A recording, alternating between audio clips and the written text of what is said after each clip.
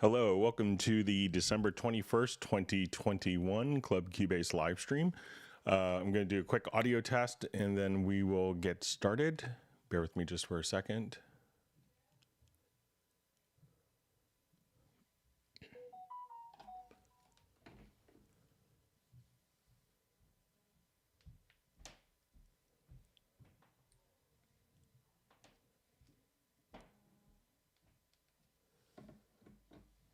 All right, don't hear my audio yet. Let me just...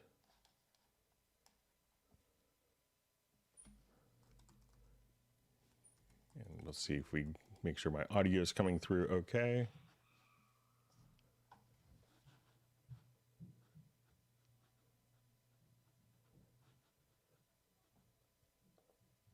Check, check. All right, so let me just... Looks like it's okay in Zoom, but it could be that my audio is actually just down on my monitoring computer. So I'm going to turn that up. Sorry about that. The dominant variant in the country, and the administration has urgently tried to figure out Okay. how to address that. Now, you mentioned...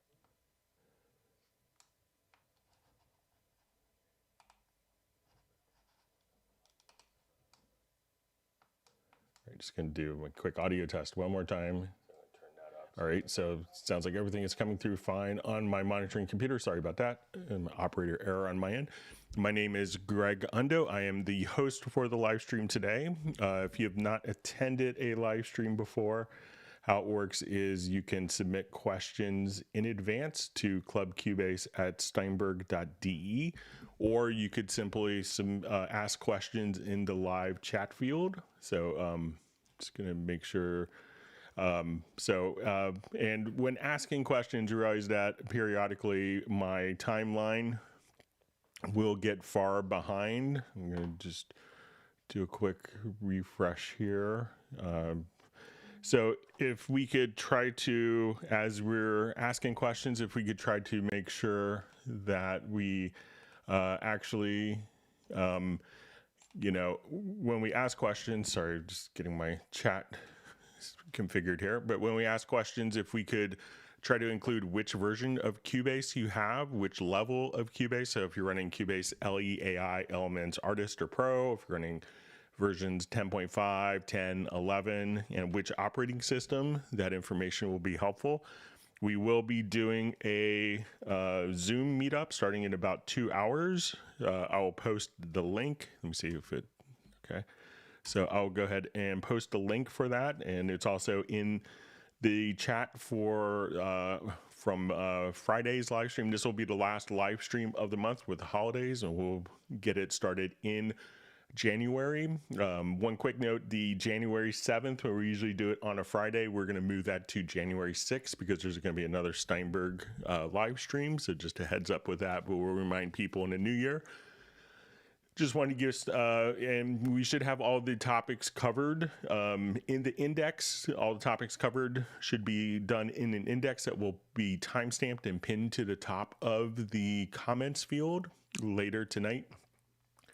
And I want to give special thanks. If you wanted to search for topics done in other live streams, you could go to cubaseindex.com, and Jan from Stockholm is kind enough to create that website where you could search for any topics that have been covered in various live streams. We have two people that serve as moderators. I want to give special thanks to Agent K and to Jazz Dude for their help. They're not Steinberg employees. They just do this out of kindness to help the community. And we want to do special thanks to Jazz Dude for all his work on the Cubase Nation Discord. So lots of wonderful information there. So let's go ahead and get started. So, and again, in about 2 hours, we'll have kind of a shorter than usual live stream today. And then we'll migrate over to the Zoom. So I look forward to seeing everyone there. But we will go ahead and get started. And I do have some extended family here, so I may have an interruption, and my son is home and he's probably indicating he needs more attention. So we may get interrupted, but I'll apologize and try to keep those interruptions to a minimum. And I look forward to seeing everyone on the Zoom meetup. So let's go ahead and get started. All right, so we have John Costigan from Kenosha, Jason Sykes from South Shields, England, Dallas LaRue from Las Vegas. We have Jazz Dude. We have Uno Memento from Finland. Okay, Agent K is wishing everyone happy holidays. So we hope that everyone has a wonderful Christmas and New Year's. And it's great to be here on the winter solstice. And we have Brian Sawyer from Beulahville, North Carolina.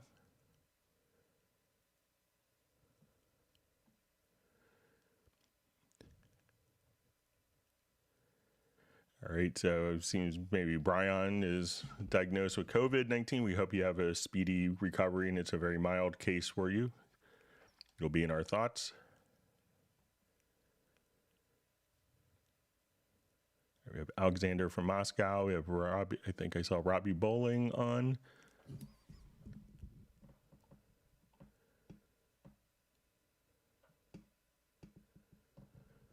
All right, so we see, let me just see if this is maybe a continuation of a question.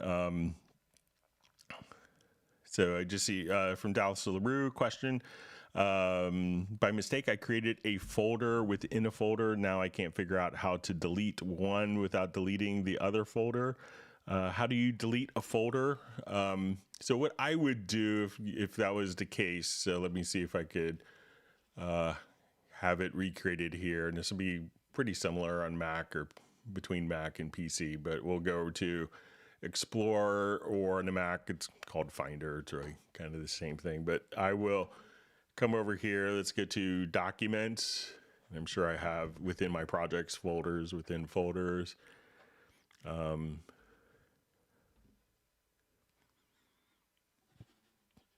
so let's say if I wanted to go to, I'll take this folder, and let's say I move this folder into that folder.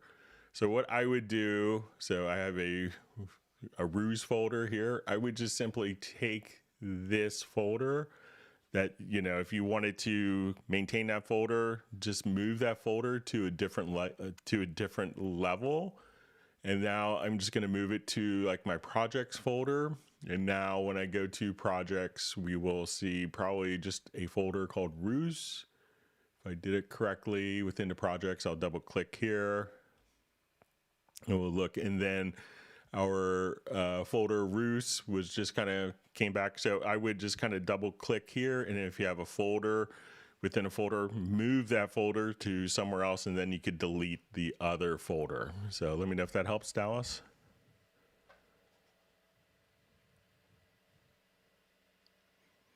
All right, so we have Rick checking in from Clackamas, Oregon. All right.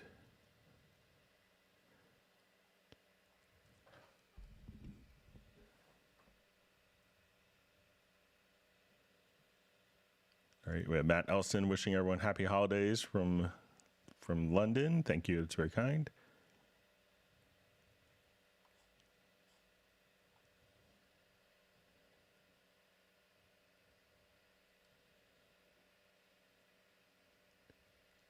All right, we have Soren in Sweden.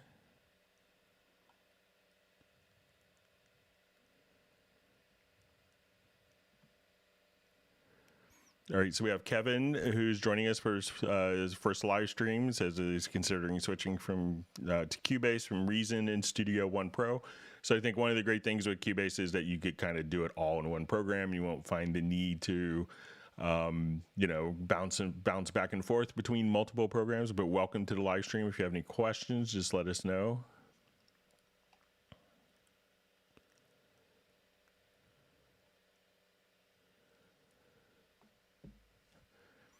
All right, so we have a question. So just wishing us happy Christmas from India. So one, is there a shortcut key to remove the markers? And two, what is the other way around in the marker reverse any use? Okay, so let's say if we wanted to remove markers from our project window. So we'll come over here. So I have a marker track here. All right, so if you wanted to, and I will just add a cycle marker or two as well.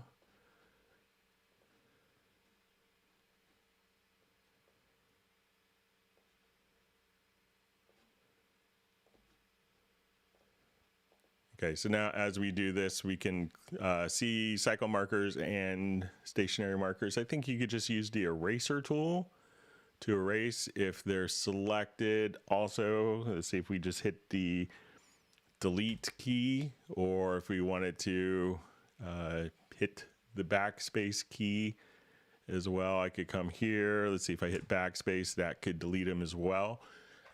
So just using kind of the standard tools and keyboard shortcuts. Now, people ask sometimes, what's if we have like the left and right markers. So make sure I'm reading this right. Okay, so if we wanted to reverse the markers, so let's say if we have this, and I will come over here, I'll just grab the range tool, and then we'll add, let's say our left and right markers here. So, and I'm gonna activate the cycle. So sometimes your markers can get reversed. So once we have the markers reversed, and we could just come over here, and I think we could do it from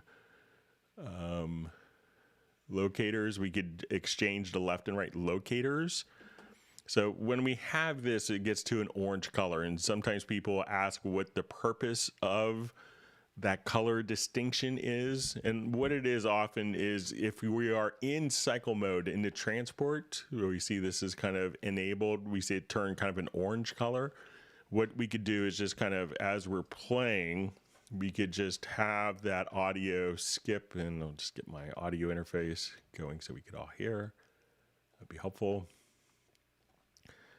So as we play this, when it gets to this point, it'll just skip that entire range that we have. So as we're playing.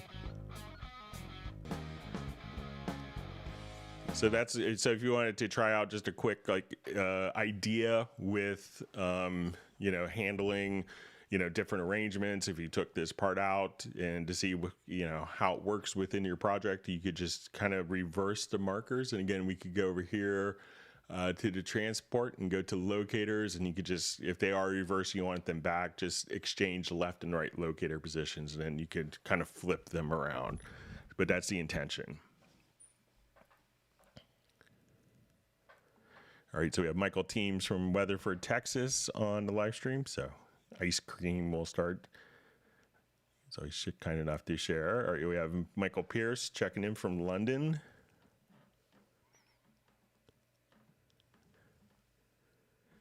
All right, we have Norway checking in. All right, Michael Teams wants people to whack the like button. All right, so we have Victor Kane from Baltimore, so not too far from me. I'm just outside Washington, D.C. and Alexandria. All right, we have Benny from Stockholm. Okay, so we could just see a question.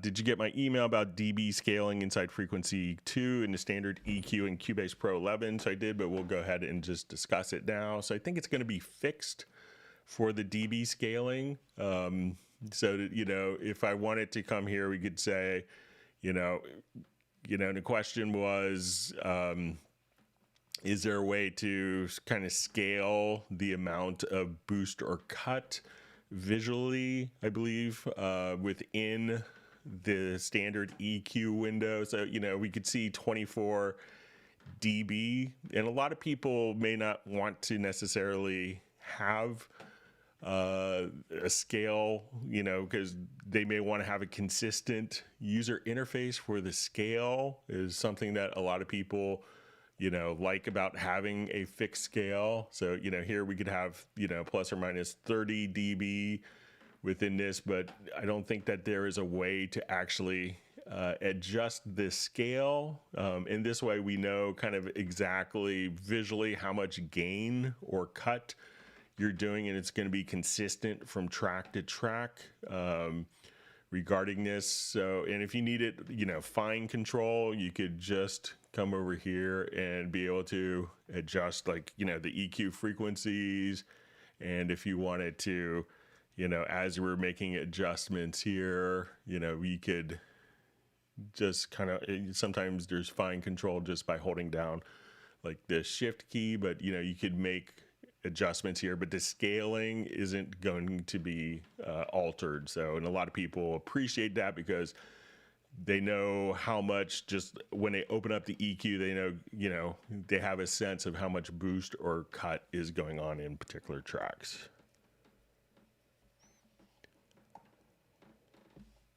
All right, see, Michael Pierce says he has the sniffles and will be hiding away from everyone. All right, so we see Taylor Sapp is checking in from Pine Grove, and he's also battling his second battle with COVID this year. So we hope you get well, Taylor. Good luck with your recovery. All right, we see Tim Weinheimer from Mission Viejo. All right, so we just see a comment, it says Cubase LE AI Elements 11 tutorial. So, you know, there probably are a lot of tutorials, but kind of what we do in the live stream is answer particular questions. So if you have any particular questions on, you know, how do I do this, or what does this function do? That's kind of what we do with the live streams. So, but we could take a, you know, so if you have a particular question, we could go through that. All right, so we have a question. I opened an old Cubase song, Cubase 7.5 and Cubase 11. I don't get a click, although the settings are definitely correct. When I open a newer project, the click works. So often when I hear this from someone, it's kind of, it could be one place that a lot of people don't look at is going to be in the control room. So when we come over here, you know, we could have the click turned on and enabled here. But if you're using the control room, if the control room has its own click routing as well. So if this isn't enabled in the control room and it's turned on here in the project, you may not hear it. So try going into the control room and once again, activating the click directly there. So that's when I often hear that, that's kind of, it's not turned on in the control room. Okay. All right. So we have a question. Could you show some detail on the mod machine? So we kind of did this in a previous live stream, but we'll take a quick look at it here.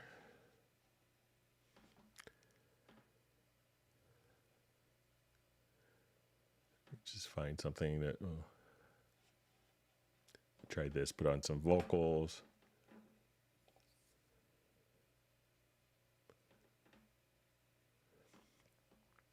So we could think of this as, you know, a delay, but we could kind of have, you know, modulated filters on the actual delay chain as well. So as soon as we want to come over here, I'll just add this on the lead vocal. So I'll come over here to the sends and let's put a mod machine on it.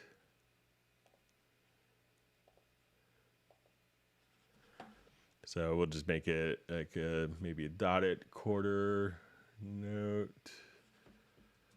Guess all along I was so naive. And I'll just bring up the send here. Now you're packing boxes, ready to leave our musical history. So now at this point we could adjust kind of.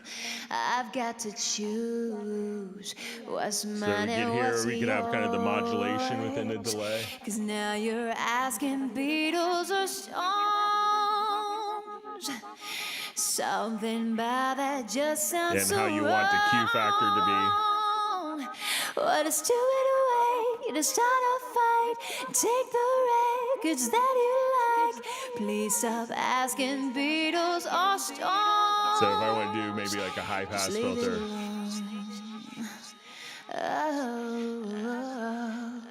And then if you want to kind of mimic like nudging a tape machine, when I played Hey Jude, you could do stuff like that as well, just by hitting the nudge you were button. out of tune.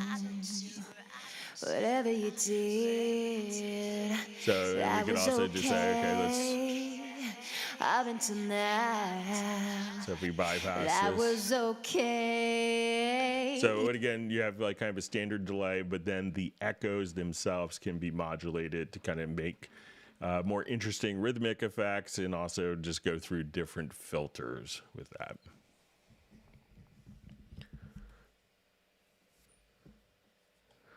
All right, so we see Graham Witcher from Royal Wootton Bassett in the UK. So looking forward to having you on the Zoom. So.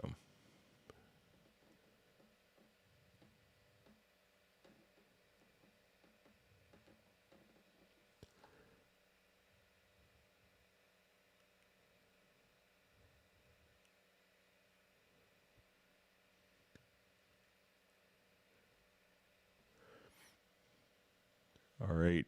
So just see a comment says, I'm amateur. I'm looking forward to the beats. You know, so if you're looking for different beats, you know, there are lots of different loops and samples that come directly with Cubase. So if you kind of just come over to your media library, so once you get Cubase, there's lots of additional sound content that comes with the license. So at this point, if you wanted to, you know, have different drum loops and beats, you can come over here and just say, okay, I wanted to have even different synth beats. You could do stuff like that and be able to audition beats. So.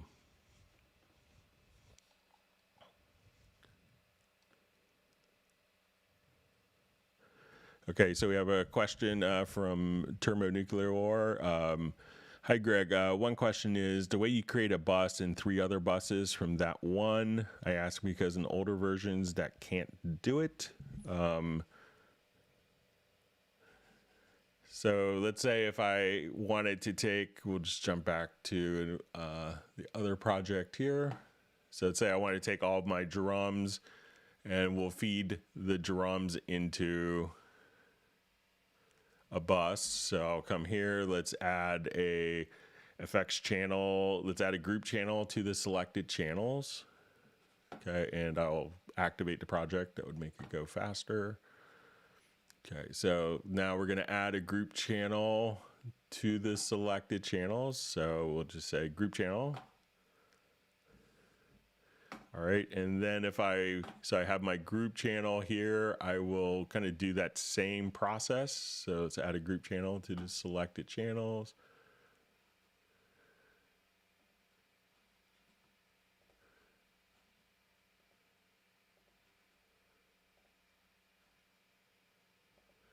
And if I did this all right, we should see the drums kind of play through all 4 groups as we play back.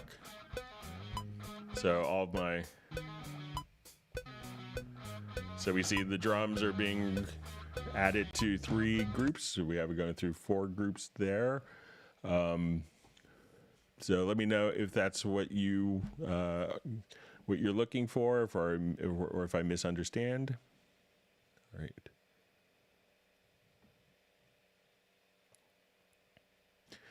Okay, so we just see a question, you know, how to process kick and bass and panning, for example, in EDM. So, you know, it really could, you know, depend on the particular track itself, but, you know, most people would do panning in the center, realizing that there could be a lot of clubs that, you know, aren't in stereo. So there's probably a lot of people would shy away from doing stereo if your intended listening market is a club, because there's a very strong chance that the club is in mono.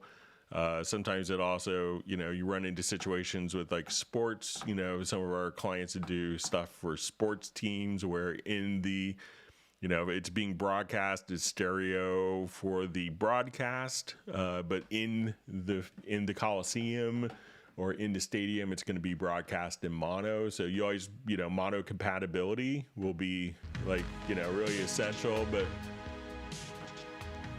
we could show you just like a little bit of some of the processing that we'll have here. So let's say it's from Sal Peleas. So let's say if I just wanted to kind of jump Let's see what processing he has on his. So here he's going to have a vintage compressor and a studio EQ just on the particular. So that's on the kick. And let's take a look.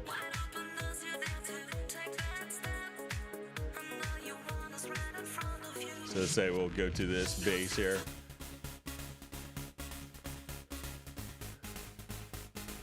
So no processing other than what's on the actual synth itself. And let's say if we go to this voice here, so this dub bass track.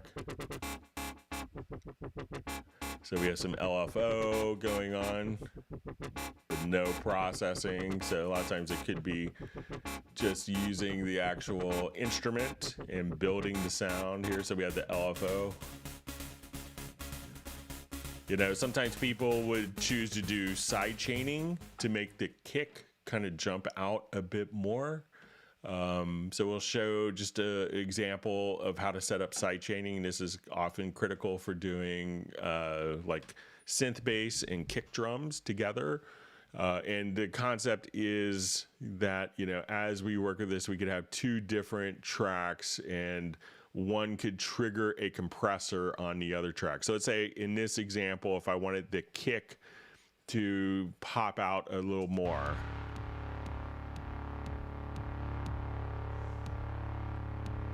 So I could go to this track and we're going to set a sidechain input. So I will come over here. Let's open this up. We'll go to the compressor. We want to activate sidechaining and tell it what source that we're going to feed the sidechain from. So I want it to be from this kick drum. So now as we play it, we'll have the kick drum drive the compressor for what's on this synth part. So now the kick drum comes through very easily without the bass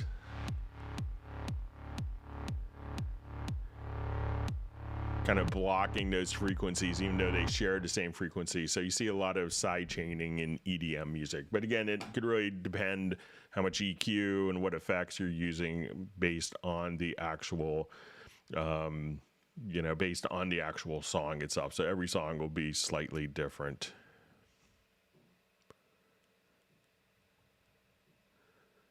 Okay, so we see from the Cube, I will go ahead and share the Zoom link again for this afternoon. So it should be in the chat field now. So look for that, but I posted it in earlier as well.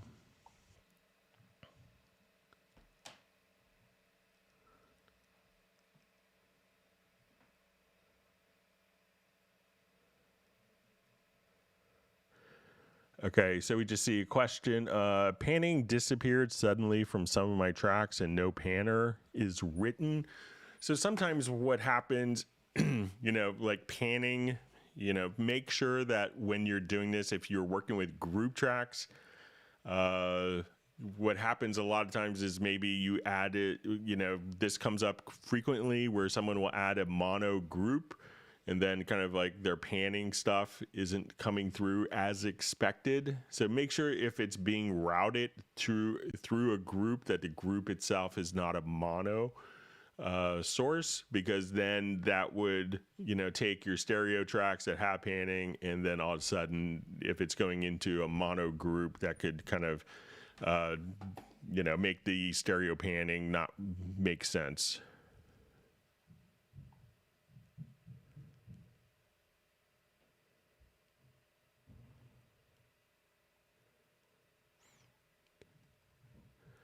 Okay, so we just see a question, how to record a vocal with an existing guitar track on background.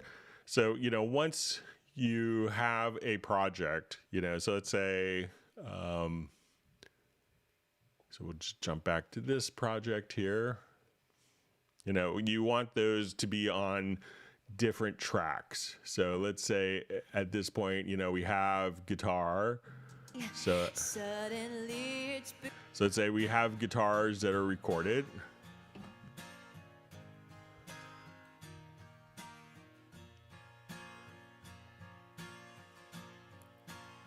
I'll just move these up. So we have guitars that are recorded, and all you have to do is, if you want to record a vocal with the guitars in the background, you know, just many people will record the guitars and then record the vocals. If you wanted to record the guitars and vocals separately, but at the same time, you want to have the microphone for the guitar, going into a separate input on your audio interface, and the microphone going into a separate input. So instead of like having it into one track, in Cubase you have multi-track recording. So you could come over here and have, just a track that's for the vocal. So if I wanted to just have the vocal or just hear the guitar,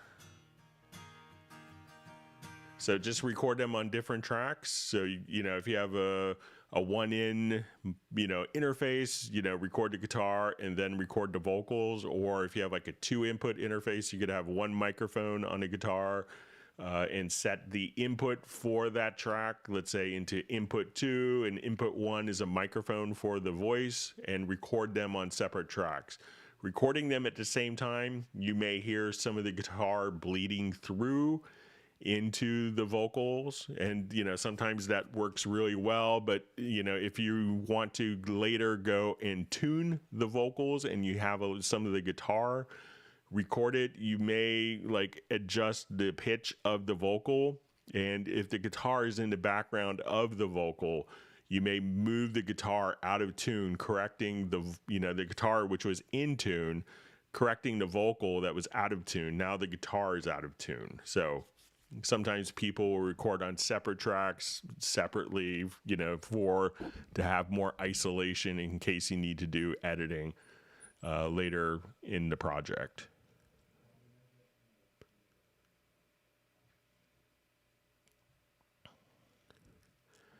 All right, so we have a question: does Cubase work better on a PC as opposed to a Mac? So Cubase works great on both platforms, so it's really a personal preference. I have a Mac that I use for work. My personal computer is a PC in my studio, but to me, is once I'm running Cubase, it's pretty similar. So there's no real distinct advantage. So.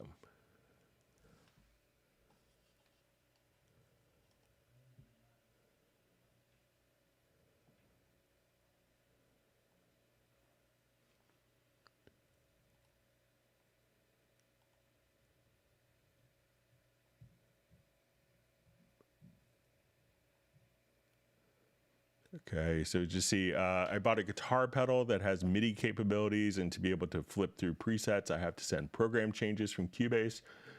Can you show how to do that and how to sync MIDI tempo? Thanks. Okay, so if we want to send program changes, so what we would want to do is to come over here, we could add a MIDI track.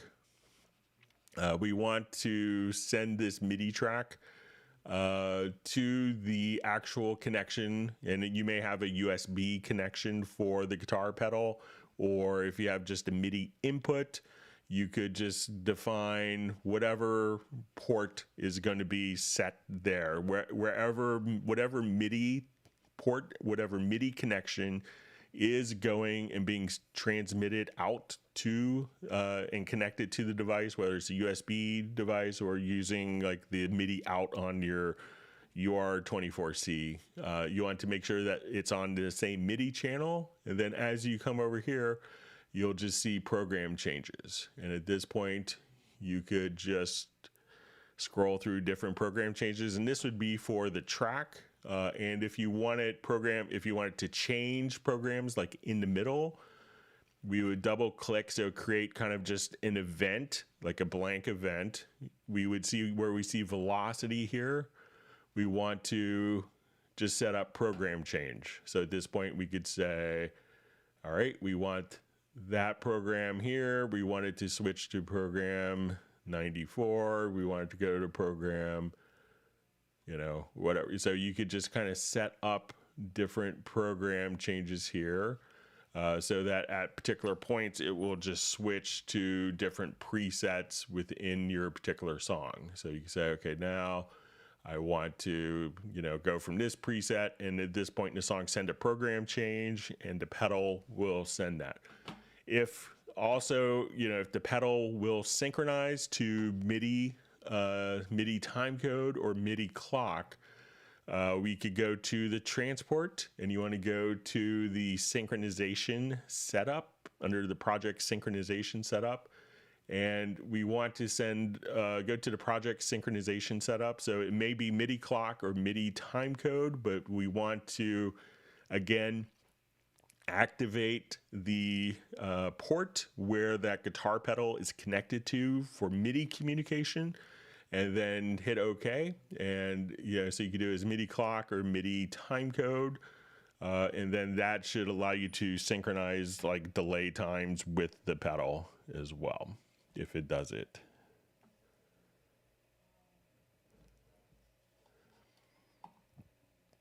All right, so we see the Cube is checking in from Melbourne, Florida, and we have Barry checking in from Trinidad and Tobago. Thanks for joining the live stream. All right, we have Michael Romanowski checking in from Coast Mastering. So wonderful to see you on the live stream. I hope you're able to get into the Nuendo seminar, the information I sent you.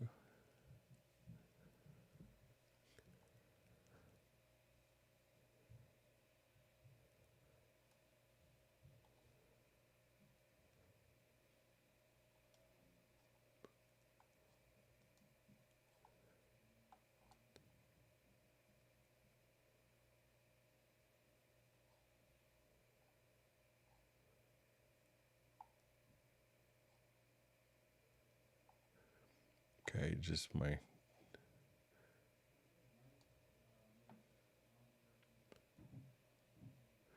Okay, so we just see a question. What are the ways to quickly move horizontally across tracks in the mixer window? A very small, narrow scroll bar under the faders, the mouse wheel. How? So I'll just open up a track a project with lots of tracks on it here, just to kind of show.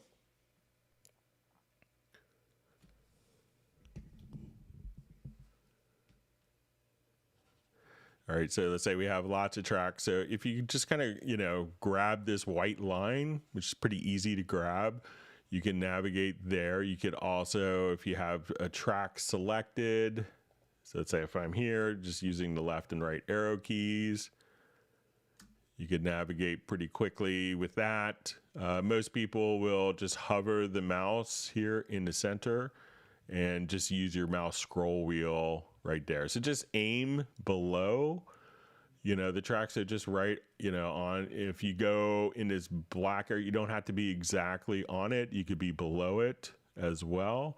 And as long as you're kind of in that general area, just use your mouse scroll wheel, and you could just kind of navigate very easily there within the mix console window.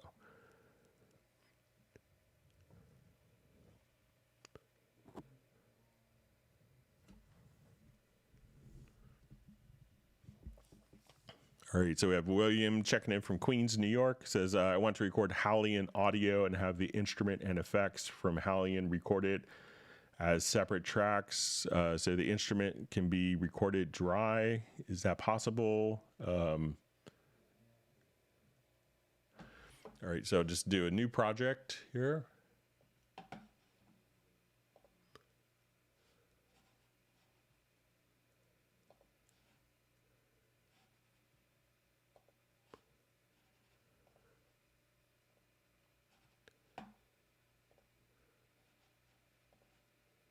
Just add a Hallian track.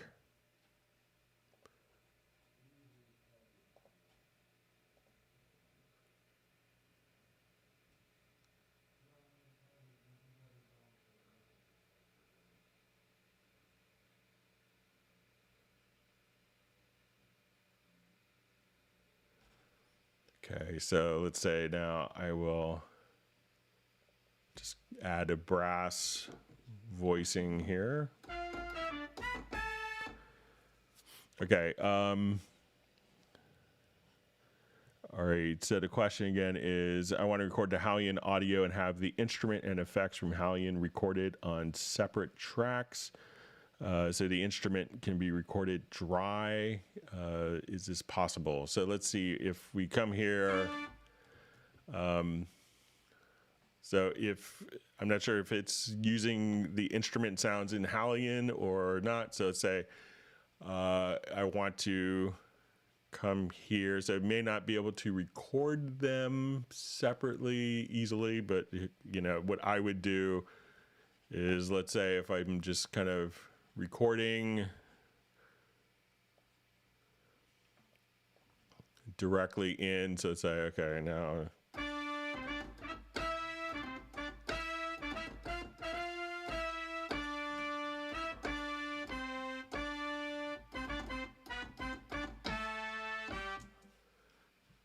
okay, so let's say I've now recorded just a little bit of nonsensical MIDI information, and let's say I just wanted to add an effects channel track to this, and let's put a mod machine on. So now as we play, we'll hear the delay.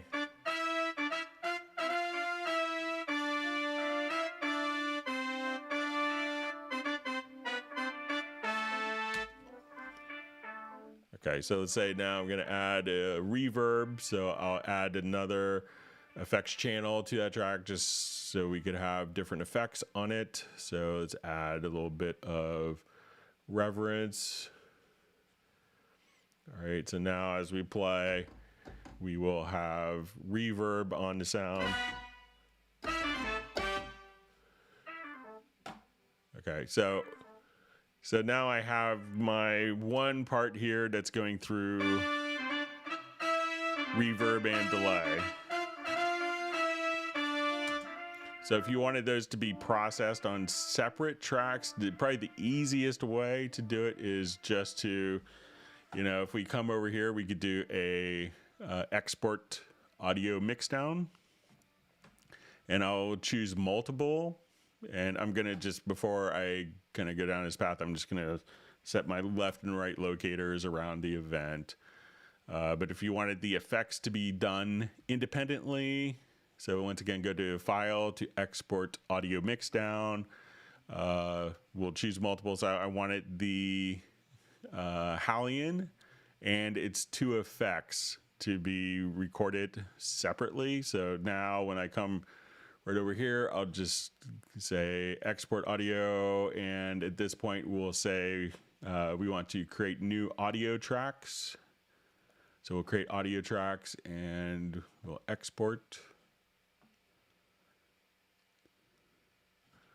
So we can have, this would be our stereo out as we would listen to it here. So let's say, well,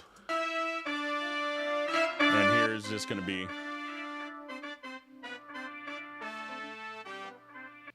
so that is our mod machine. This is the reverence. And here is the original Hallian sound, dry. So now we could combine this with the reverence. Or I could have them all mixed together in a stereo mixdown in kind of one quick process. So that's how you could do it quickly if you wanted to do that. So let me know if that works for your workflow.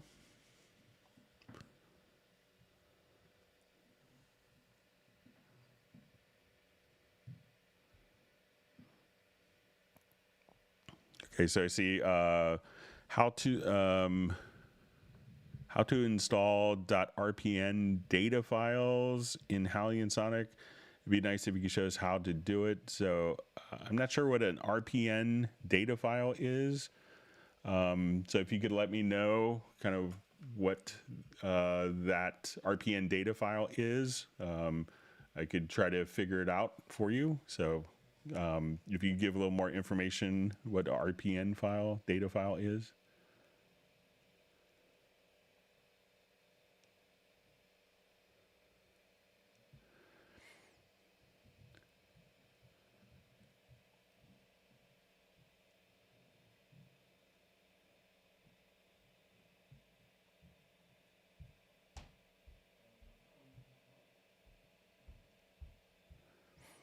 All right. All right. So we see that Michael Romanowski is also logged in to ask about the fine question about fine scaling.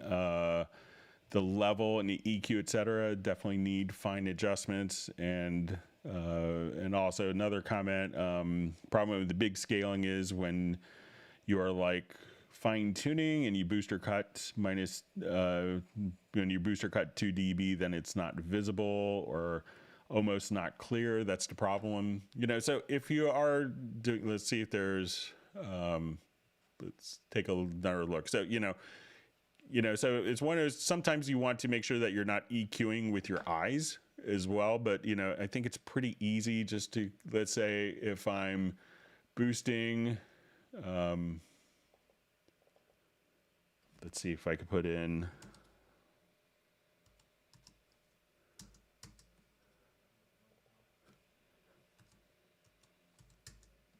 so, so if we come here, you could just, as you hover over, you could go down to 1/10 of a dB as you adjust. And, if you're not hearing it, it's,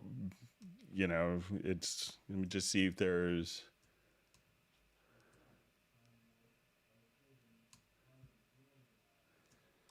so we could have kind of the modifiers for, like some of the modifiers are kind of set for, where if I hold down shift, I can, as I move, it's only adjusting to Q. And as I hold down control or command, it's adjusting, it's kind of locked to the frequency. And if I go to alter option, we lock the gain. So let me just see if there's,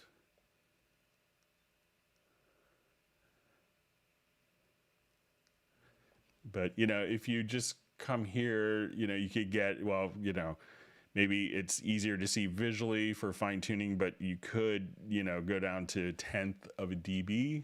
And let's see if there's any difference in frequency as well.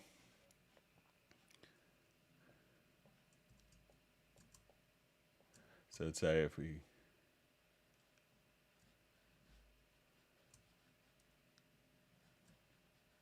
so if you want it within frequency itself, if we come to, let's say our gain here. So you could, holding down the shift key here will give you kind of fine control of that. So, within the frequency plugin, so if I let go and adjust, and now I hold down a shift key, that will give you fine control there as well. But I'll definitely kind of pass it along as something that people are asking for.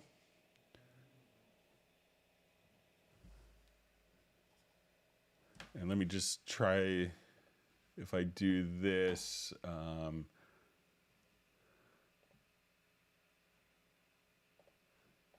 a knob. So let's say if I come here to gain.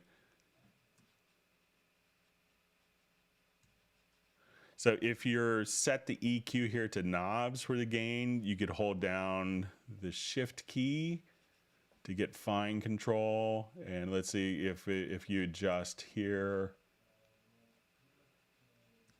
if that's, we'll see if it's a different rate.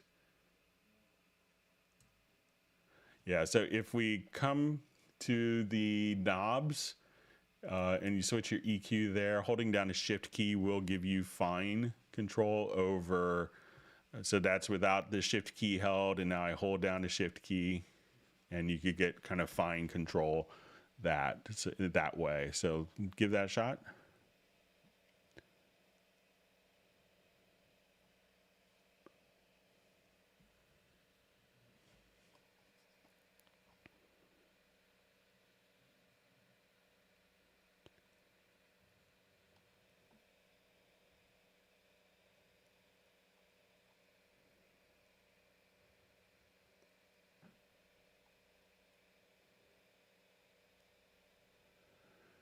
Okay, so I see you are missing menu on the Explorer bar 2, file, edit, audio, help, etc. How can we fix this?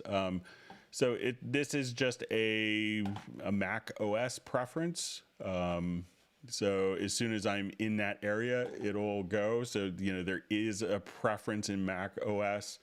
I did this to get a little more real estate at the top, because otherwise in Mac OS, that the menus will, if the menus are constantly visible, that you have less space here for this. So this way the menus are only visible, and this is just an operating system preference in Mac OS. So as soon as you just navigate up there, and I don't think that's the default setting, that I had changed that when I upgraded to I think I'm in 10.14.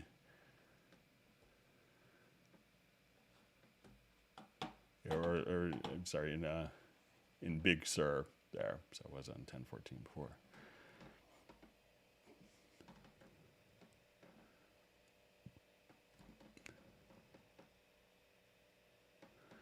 Okay, so we have a question from Michael Teams: how to insert time signature changes in songs. Thanks. All right, so we'll come over here. Let's add a track. And we could just add a signature track. Once we have a signature track visible within the project, we can now come over here, grab the pencil tool, and you could, once you click there, it'll kind of, when we go to add a time signature, we could say, okay, let's go to 6/8, and now I want this to be in 7/8. We'll do our rush tribute here, and now back to 4/4 to 3/4. So I'm just hitting 3/4, and now I want this to go to 4/4. So at that point, just add a signature track and grab the pencil tool and click where you want the time signature to be inserted.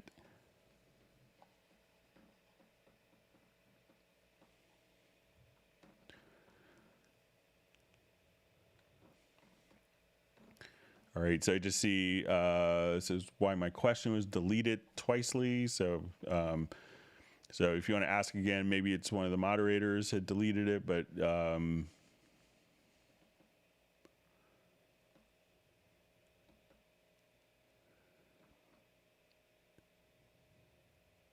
okay, so we see question, is it possible to export or import drum kits from Battery and Machine into Groove Agent 5? So I don't know of a way to, like a direct way of doing it. If you really wanted to spend a lot of money, you could, or not a lot of money, but a lot of time, you could, collect all the different sample files and say, okay, I wanted these notes. And I know people that will make a project in Cubase where they'll have each note with like multiple velocity values. So they'll play a whole kit and record it as audio and have the naming of the samples, and then be able to kind of reconstruct kits, but there's no direct import or export between the two programs. So.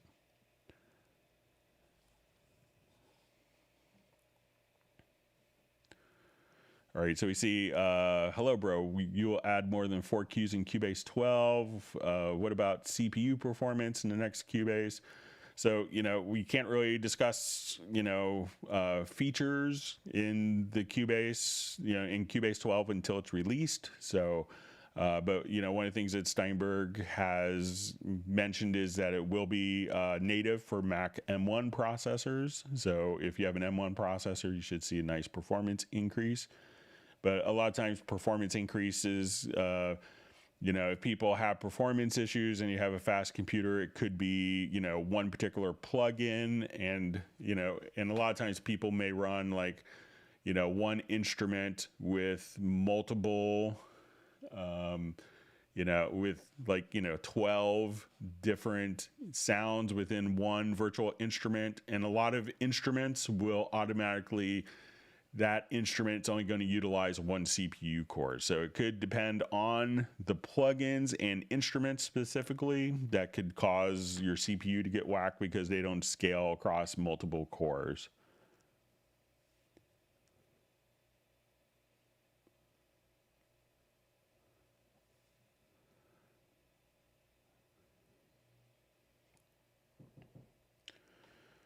Okay, so we see from Michael Teams, still having problems with the top taskbar, project open, and no response to the mouse. After a dozen or so tries, it starts working again for a bit. So, if Michael, I'd be happy to kind of, it sounds, I'm not sure what's causing it. I haven't really come across that, but it could be maybe a display driver. Sometimes, I've seen like windows that get open in the background, maybe from like a plugin that needs you to say okay or skip this or abort that, and sometimes that could cause kind of unresponsiveness like you described. But if you want to be happy to kind of remotely take a look at your system for you.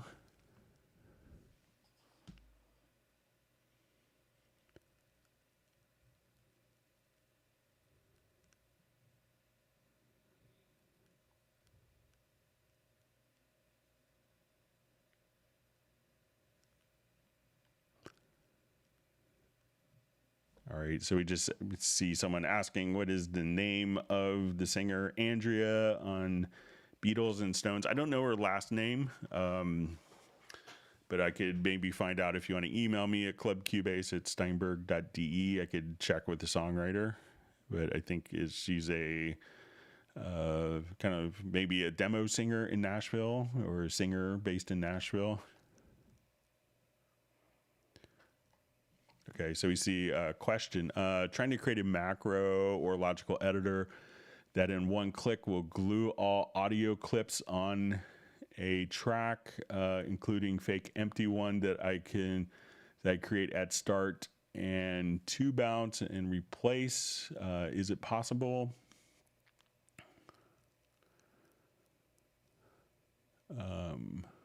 So let's see if we could maybe figure something out here.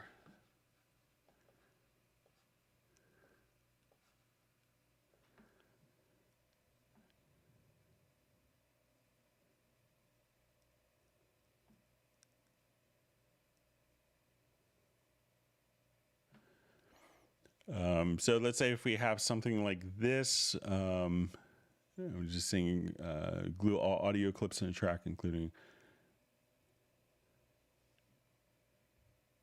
So with this, it seems like from your description is from the Monk Beats, but from your description that I could, select I could select the events, or let's say if I just select the track even, and if I just come here, let's just try a render in place. So say, let's get to our render settings, and we want this to be as one event.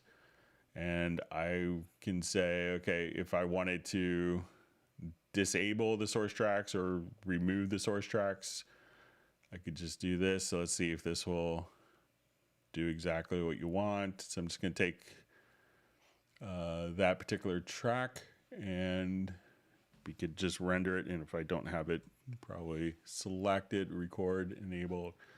So let me come here, and I'll just do the render in place again. So we'll do it as one event.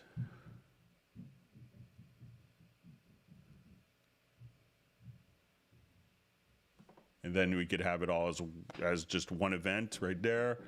And if I want to, let's say as we select this, I could also do a render in place. Sorry, I'll answer my son.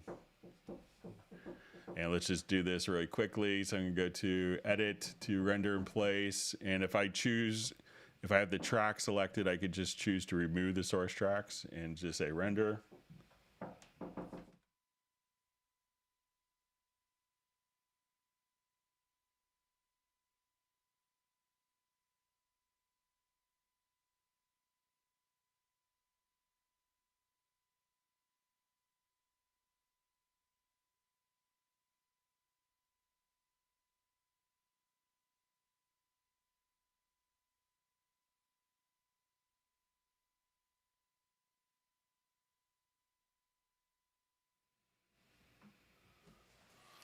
All right, I may get interrupted again. All right, we'll see if we go. So let me know if that kind of does what you want. from the Monk Beats?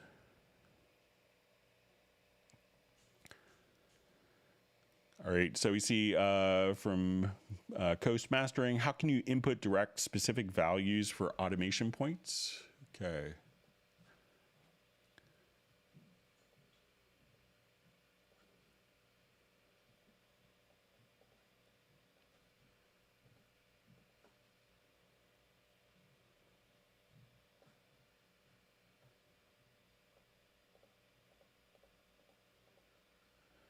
Okay, so let's say if I select this value here, you could just go to the value here and say, okay, I want this to be minus 12. So anytime that you have a particular value, you could just go to the info line and say, okay, I want this to be minus 15. I want these two to be, let's say when I come here, I want this to be minus 6. So, try some of the, try just to select the values here, select your automation point, and then you could just double click and then just say, okay, I want this at minus 3. So you could just do stuff like that as well. So let me know if that works. And another method, if you wanted to do this, is looking at it in the project browser. So if you wanted to just come over here, you could say, okay, I'm on this Hallian track, and I could go to, we could see automation volume, and then you could just adjust and kind of enter in automation points and their values right here. So give that a shot.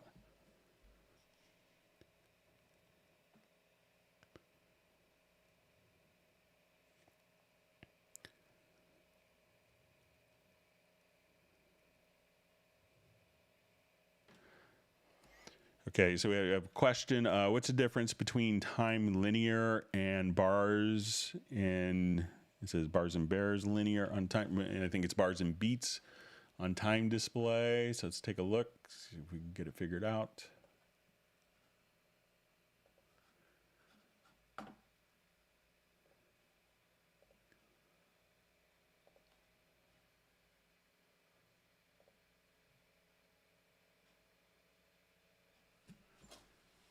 I'm just going to check my.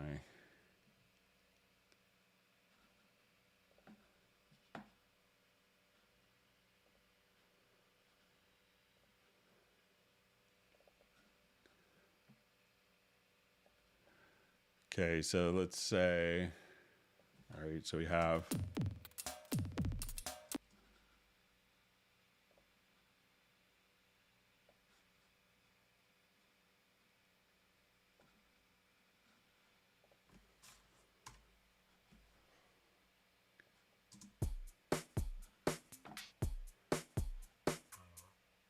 Okay, so let's say we have this.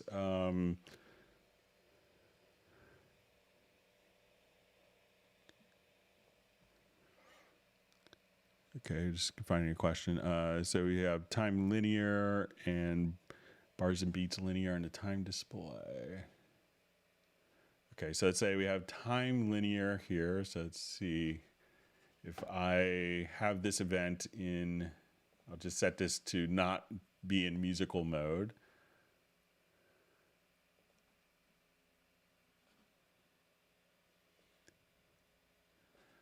Okay, so I think what this is going to be, so let's say if we come here, and I would adjust to that. So let's say if now we were in seconds, so let's say if we go to bars and beats linear,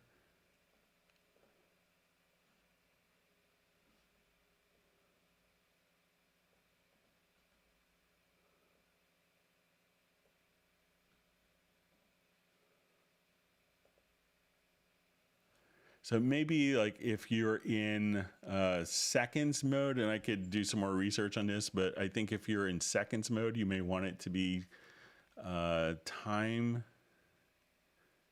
linear, but if you're dealing in bars and beats, that you want it to be set to bars and beats linear. But I could do some more research to find out the exact distinction, and we can do that in the first of the year.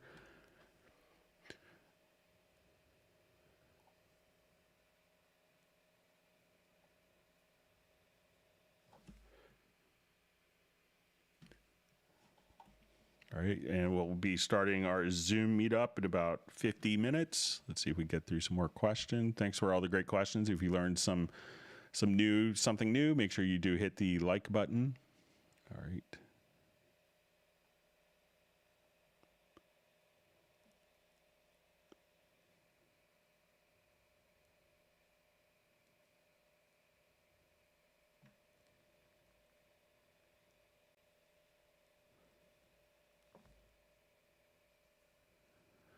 Okay, so we just had a question about solo mode. So it says if I have a long legato note and a beat and go in solo on the beat and release the solo mode again, the legato note no longer plays. Where can I switch to a real solo mode?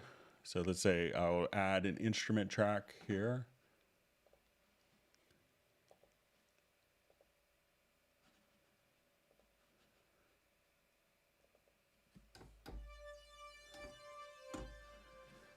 Okay, so I will now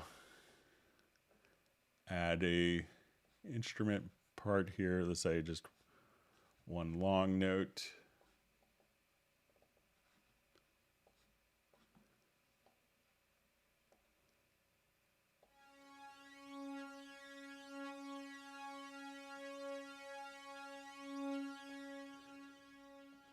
Okay, so let's say if I come here, all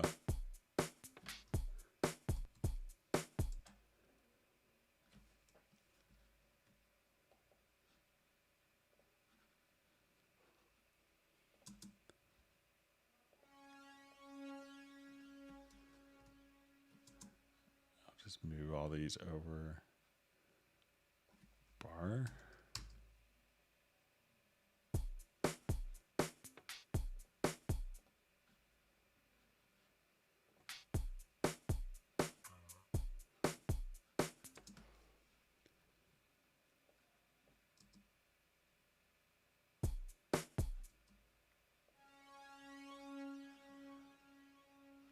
I'll just add a new note here to this one.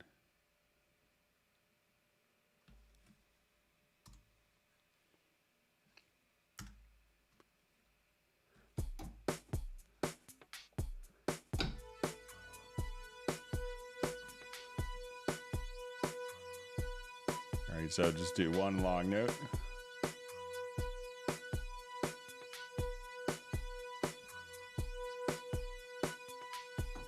Okay, so now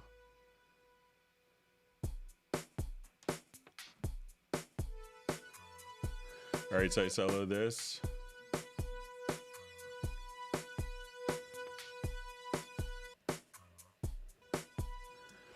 All right, so it says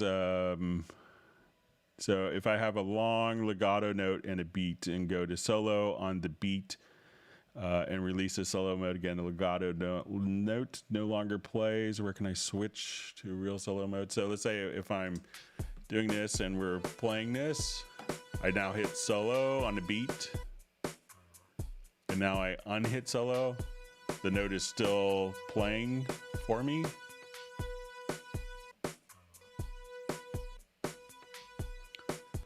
So let me know if, I'll just read again. So if I have a long legato note and a beat and go to solo the beat and release to solo mode again, the legato note no longer plays. So it seems like it's playing for me, but let me know if that's, let me know if it's behaving differently for you.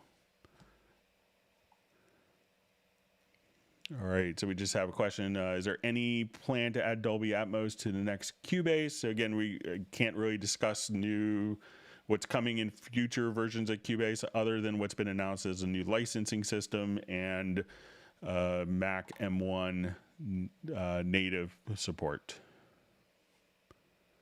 So, but otherwise we have to wait until it's released.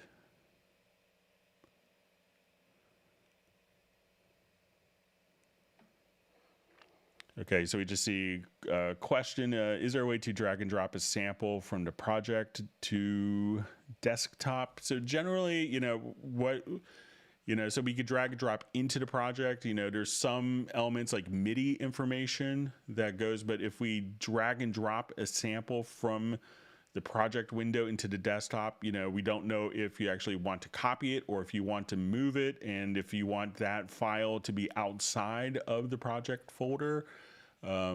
So, what you could do is just simply, export the selected tracks or export the part and save it to the desktop. But dragging and dropping could cause all sorts of problems with file management as well, because, if you move the file on your desktop, then it may not load into the project. So they just try to make sure that it's going to be simple and easy for people to use. So.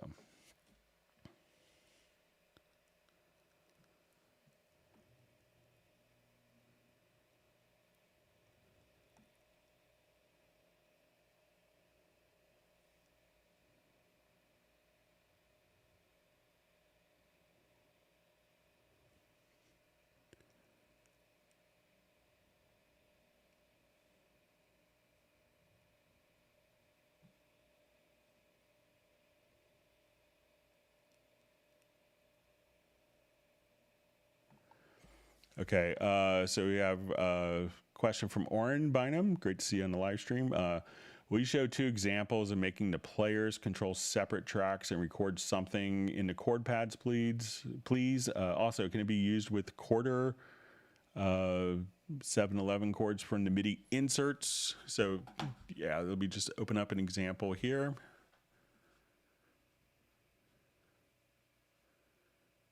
I think I have a chord pads project. Let's see if it's still, yeah, here we go.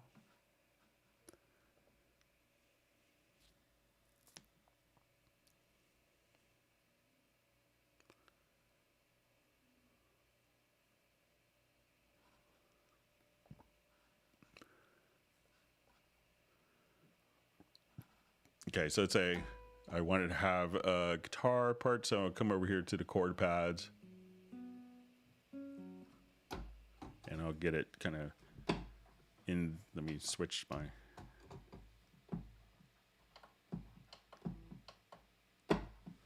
okay, so let's say, so here I could have different like patterns set up for the chords. So if I wanted to come here, here I just have a guitar, and let's say I wanted a string pattern. So you could take patterns and kind of drag and drop. So let's say,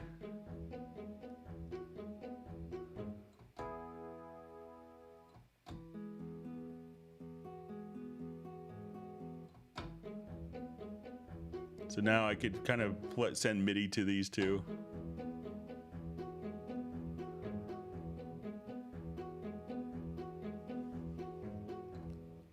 And let's say, okay, now I just want to do.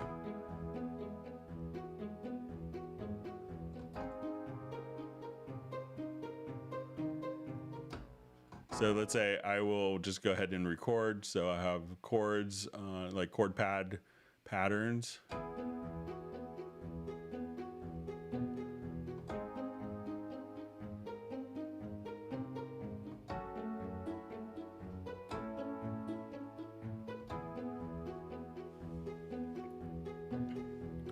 So at that point, all the information is just kind of recorded. Now, if I wanted to take like the chords here, and I wanted to put this on, we'll go to MIDI insert. And let's say if I wanted to come here to the quarter, and let's open up just a quick preset here.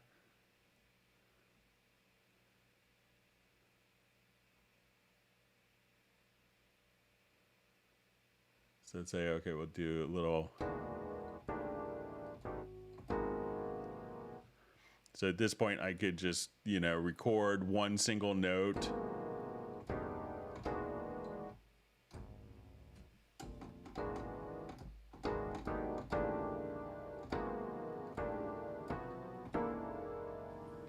and then all that information can be recorded directly into the project. So even just hitting one single note, you can have all of the MIDI data just being captured by the program in real time.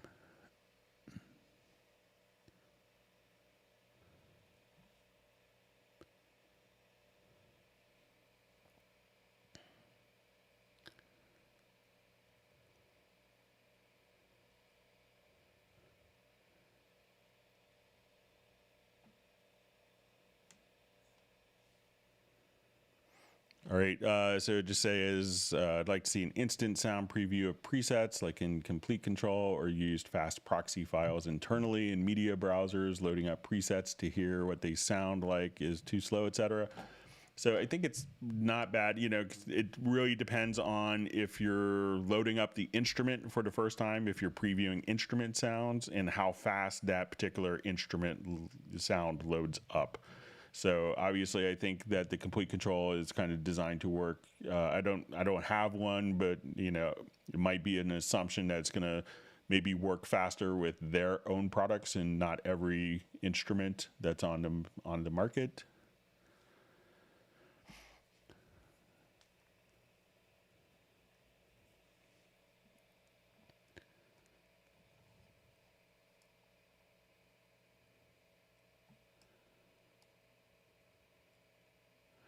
Okay, so you just see how you make this panning paragraph. It looks like just a slash. So if I wanted to just come over here, let's say to, I'll just add an audio track here quickly. Okay, and let's go to automation. So let's say, okay, I just wanted to.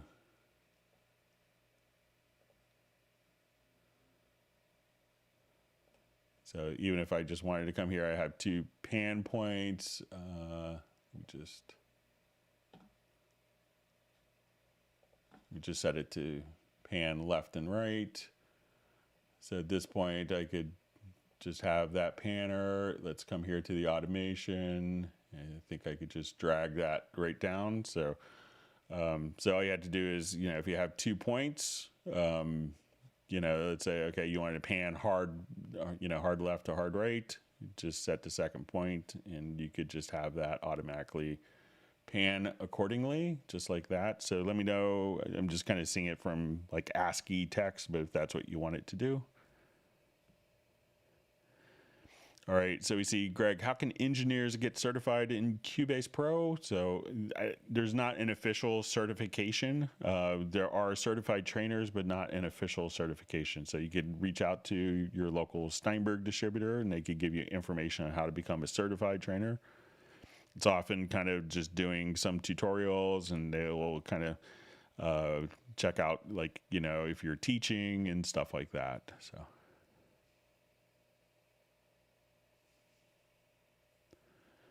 Okay, so we have a question. I have a project that has drums, easy drummer, bass, 2 guitars using amplitude 5. Now when I add a third guitar track, the sound starts skipping. Also happens with drum editor and easy drummer. So it sounds like, you know, maybe that combination of plugins might be too much for your system at its current buffer size. So I would try just go to your studio setup, select your audio interface under audio system, click on control panel and raising the buffer size, because your computer may not be able to run all those plugins at the current buffer size. So try raising the buffer, and that should help.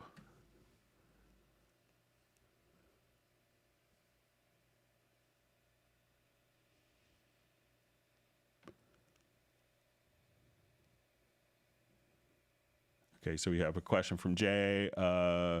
So computer misbehaved. Apologies if I duplicate. I'm recently noticing the check tempo right click option in the right panel area, but when it doesn't seem to do anything, please cover.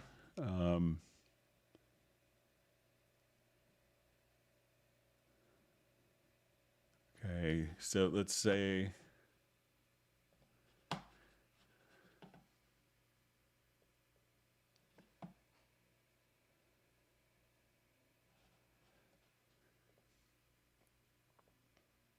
right, so my control room preview isn't, let me just check my audio connections one more time here. It just seems like this afternoon my control room preview isn't working as expected. But let's say if I come to drum loops, okay, so we'll come over here to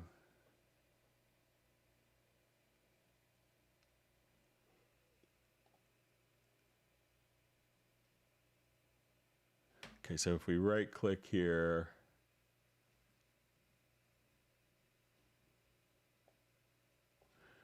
okay, so we see the tempo.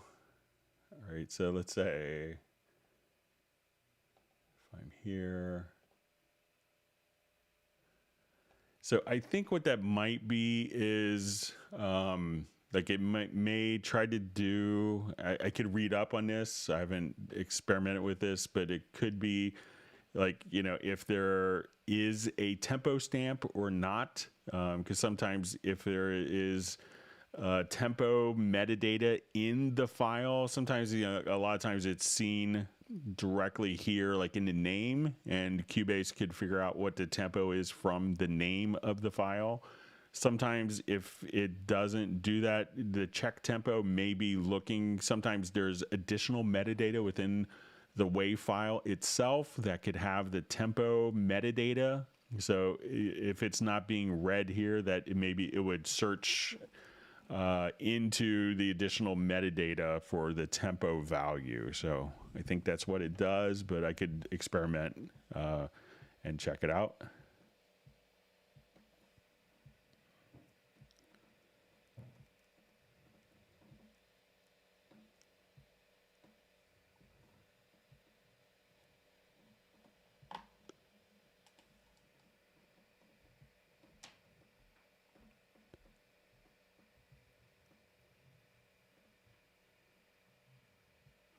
All right, so we see Ron Gerard on the live stream. Good to have you on.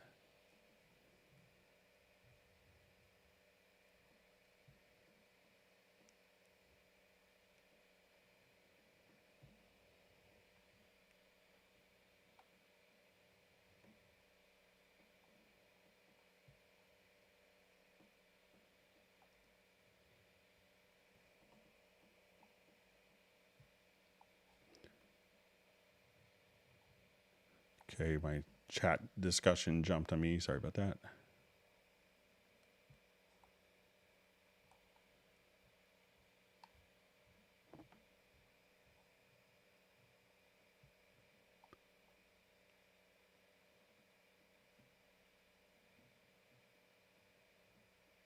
Okay, so I think I'm okay.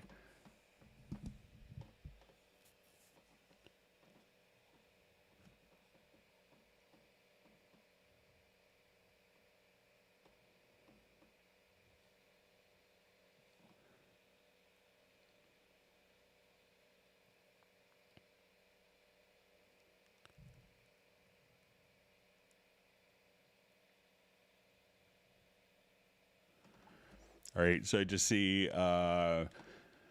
says I want to get a free trial of some products, but the email's not received to me. So, you know, check using, you know, sometimes your email provider or your email program may flag it as like a spam. So, you know, always check your spam or your junk email folder and make sure. But, you know, generally it works pretty reliably.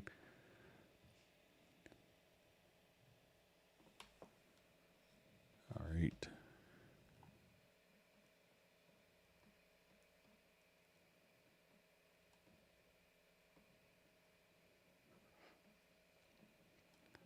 Okay, so we just see how do you add swing to individual MIDI notes. So, you know, if we come here, let's say, all right, so I want to take this guitar part. So usually swing is kind of in relation to other notes. So let's say if I just want to take,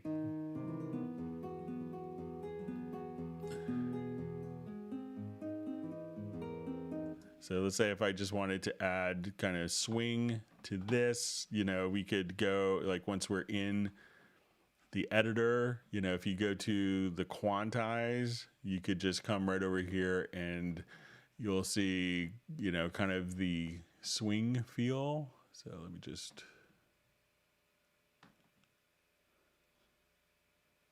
so you could do, so you could do the swing directly here. So let's say if I just wanted to select different notes, there's also another way you could do it, a really fast way. There's different, swing when we go to the quantize panel. So let's say if I just wanted to come over here, you could add swing. So let's say if we do 16th notes and I just now wanted to add a swing percentage, and we could see kind of how it will quantize based on the percentage graphically. So as we kind of move together, we could have more swing there. One other method of doing it is from a MIDI insert, and you could go to the quantizer plugin. This is a favorite of many R&B producers, kind of doing kind of New Jack swingish feels. You could just kind of come right over there and adjust the swing factor there. So there's a number of different ways of adding swing.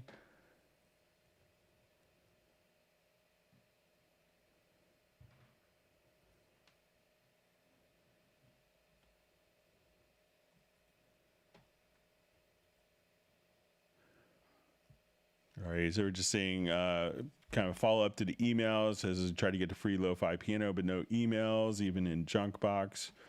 Maybe if you have the ability of creating a different email password to see if it's, something that's preventing it, but usually it works pretty well. And make sure that and as someone else mentioned, that you do have Steinberg, my Steinberg account.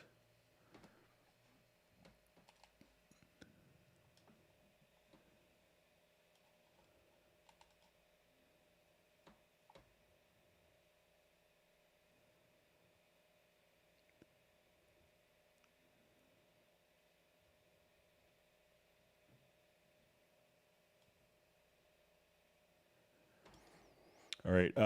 So it just says, "Hi, Greg. Hope you're doing well. Is there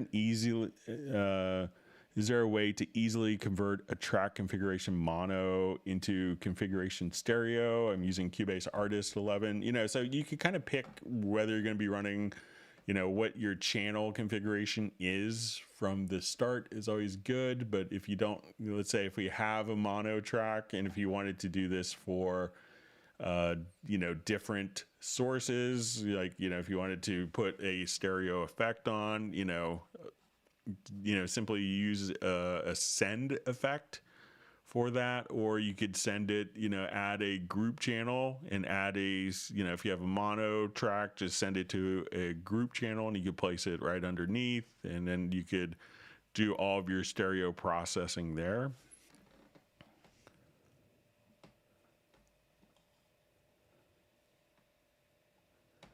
All right, great to see Matt joining from Canada. And again, we'll be starting our Zoom meetup in about 30 minutes. I will post the Zoom link again, so I'll paste that in, and we'll add it one more time before we migrate over.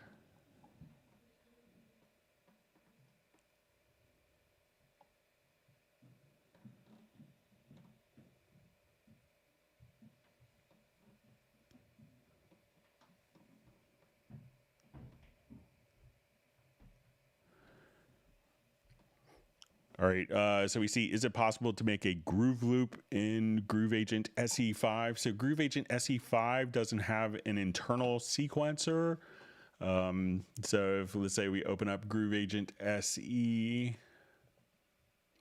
and we'll open up a Groove Agent full version. So this is one of the differences between the SE and the full version. So if we have the full version, we can just come directly over to the full version, and when we go to the pattern editor, at this point we could program directly inside of the program, inside of Groove Agent. But if you're using Groove Agent SE inside of Cubase, and that's really the intention since it's bundled with Cubase, you could use either from the MIDI inserts, You could use the beat designer or just simply, you know, come over to the Groove Agent SE and use the drum editor. So if you have a part, you could program directly inside of here, but very kind of similar concepts between them. But SE doesn't have its own kind of drum programming area that the full version of Groove Agent does come with.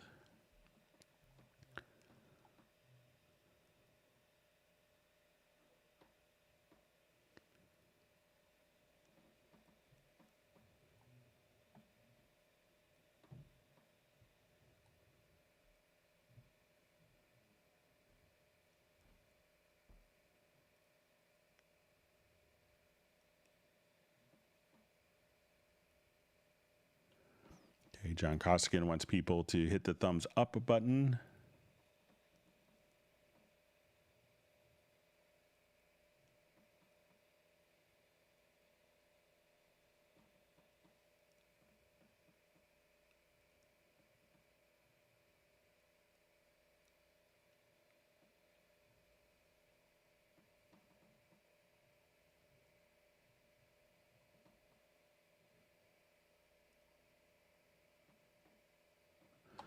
All right, so just see, so RPN and RPN are basically MIDI data, so I assume you would just send them via MIDI channel to the desired destination. Yeah, so a lot of times they may be in the form of SysX.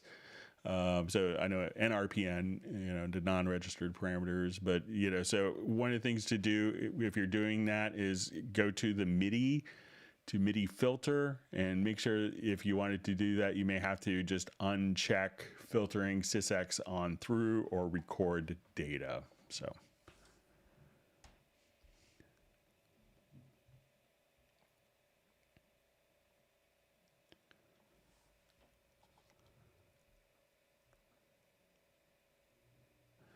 Okay, so we have a question. If I make a custom Retrolog patch, how do I then load that back into Retrolog? All right, so let's take a look.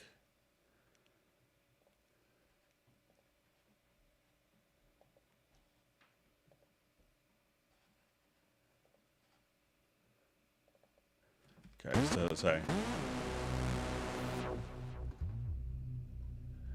All right, so let's say I've now modified my preset and I'm a synth programming genius.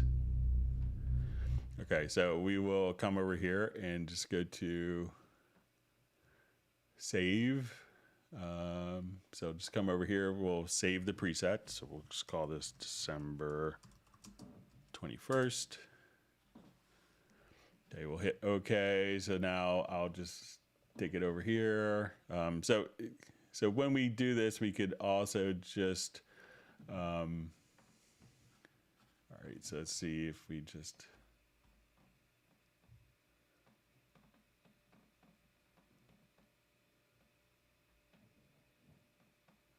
okay, so if I want to see all of my user presets, what I can do is just come over here. Let's go to the media bay and we'll go to user presets, to VST instruments, and I'll see December 21st, and then I could just drag this preset over to the track, and now, so you'll just see it under your user presets right there.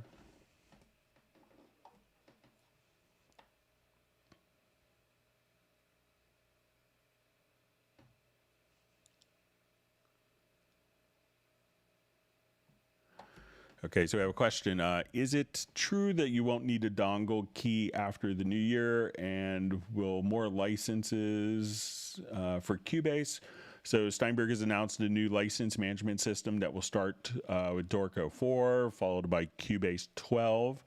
So with that, that will not be utilizing the USB e-licenser, and it will be an identity system. So you'll be able to run 3 different licenses. You'll be able to run one license will be able to be run on 3 computers, and once you do your initial kind of check-in, you don't have to do any other check-ins. So, but it's not going to, Cubase 11 won't work with that system. It'll be Cubase 12 and forward.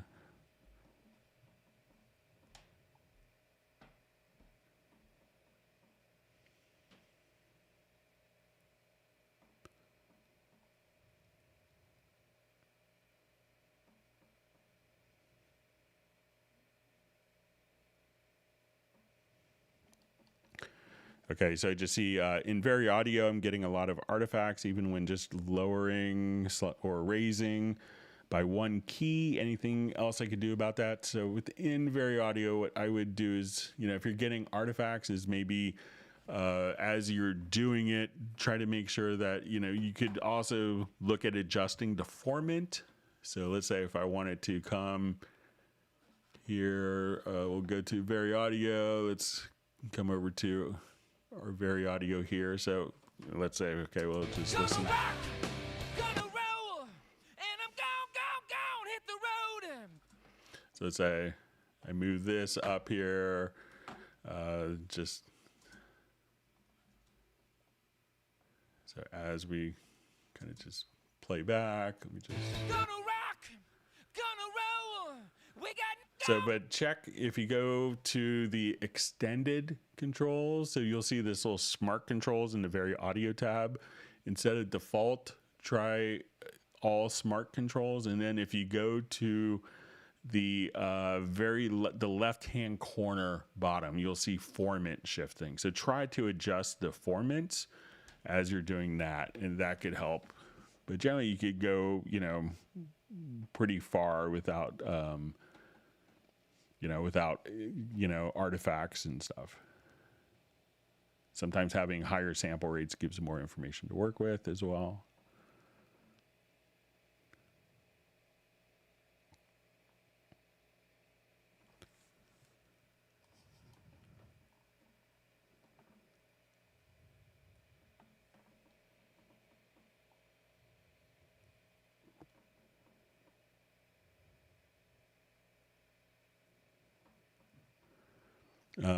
So I just see a question. Hi, Greg from the UK. Could you show how to set up BeatStep Pro from Arturia in Cubase, please? So I think the BeatStep Pro is just going to be, I don't have one and haven't worked with one, but I'm assuming that it is just going to be a, like a drum programmer. So, so anything that will just, so I'm not sure if there's software that's tied directly with that or if it's going to be working, but as long as it is working as a MIDI controller, all you should be able to do is as soon as it's connected and the drivers are loaded, that you go to a MIDI track or an instrument track, that we will come right over here and just see your BeatStep Pro as an input, as a MIDI input port, and then you should be able to play whatever instrument is loaded. But I'm not sure if there's specific integration with a particular instrument that you're looking for, but it will just kind of automatically work. All right, so we had some questions that were mailed in. Let me get to those quickly. All right.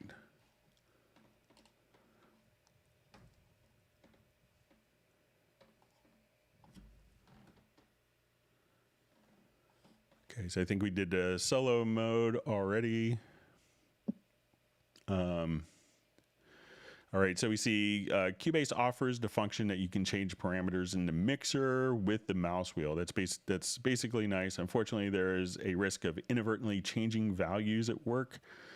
Can I deactivate the feature? So, if you have done stuff erroneously, so, it's always nice to be able to adjust parameters with the mouse, but sometimes you may be like, oh, I just accidentally moved my mouse here, and do that. When we do this, there is a mixed console history. So let's say I came here and I adjusted this, is these little windows. So if you hit Alt or Option plus Z, there is an unlimited undo. So if you did accidentally move a particular fader, you could do that. And if we look at it in the larger mixed console, we can see our edit history. And here you can see the exact parameter that you moved. And so I moved this down by, negative 0.15 dB. So even if you just wanted to go here to that, we could say, okay, I need to go to audio channel 23, and I could raise it raise it up 0.15 dB in contrast.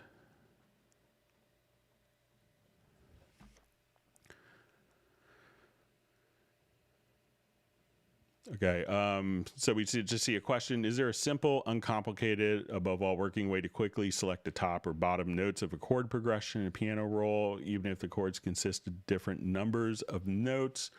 So if we come over here, let's say, so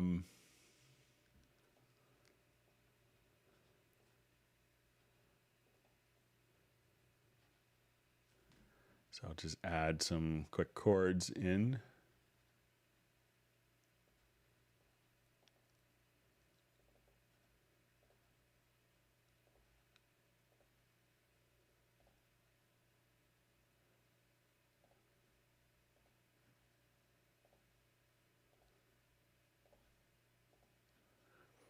Okay, so let's say if we have this, it's just going to be kind of a parameter within the logical editor. So I'm just going to drag some of these chords over.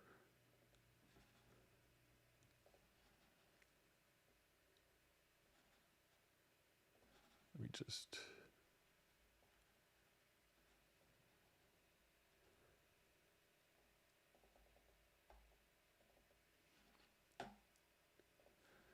Okay, so let's say we have different number of chords. So, you know, within the logical editor, we can come over here and we'll say like, you know, select, and then we could say context variable. And at this point we could say, is equal to highest pitch or lowest pitch, and not just the position within the chord. But you could also say,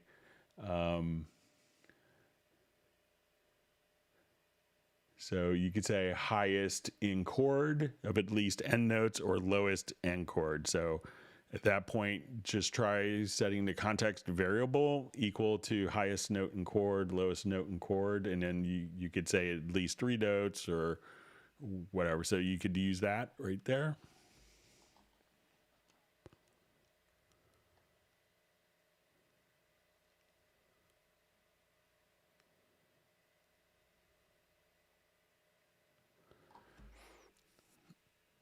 Okay, so see, unfortunately, it often happens that you have to assign simple shortcuts, like for automation in 2 divided commands, with automation example showing, and then another shortcut for hiding again. Is there a simple toggle function to switch back and forth? All right, so let's say if I wanted to come here, let's say to my automation panel. Okay, so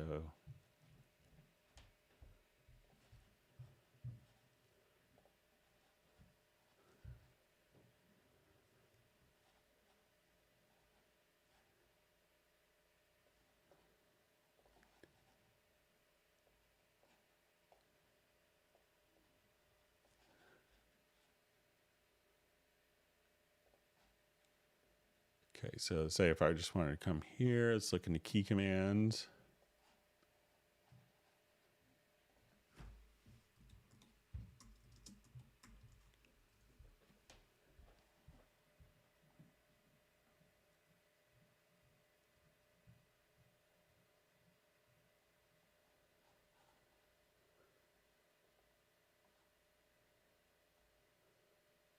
All right, let's just try this.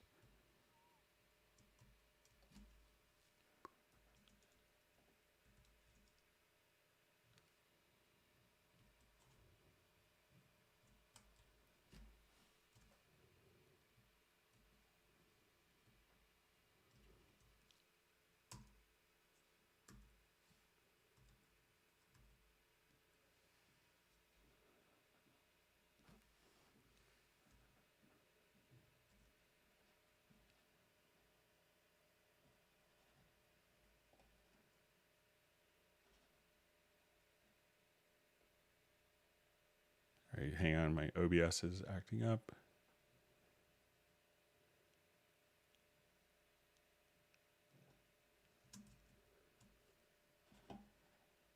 Okay, I'm gonna just try a different key command combination here. Sorry about that.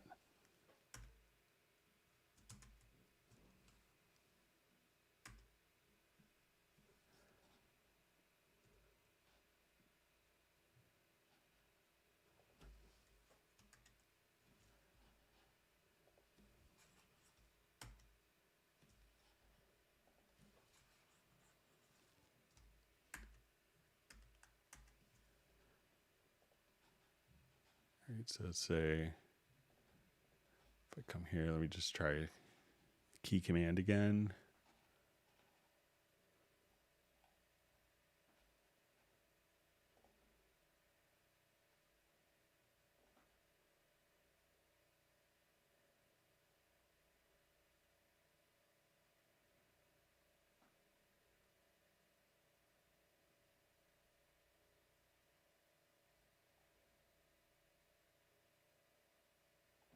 Yeah, so it looks like it's kind of two different functions, but you might be able to assign those to the same key, and depending on the mode, have that, but it looks like it is two separate functions.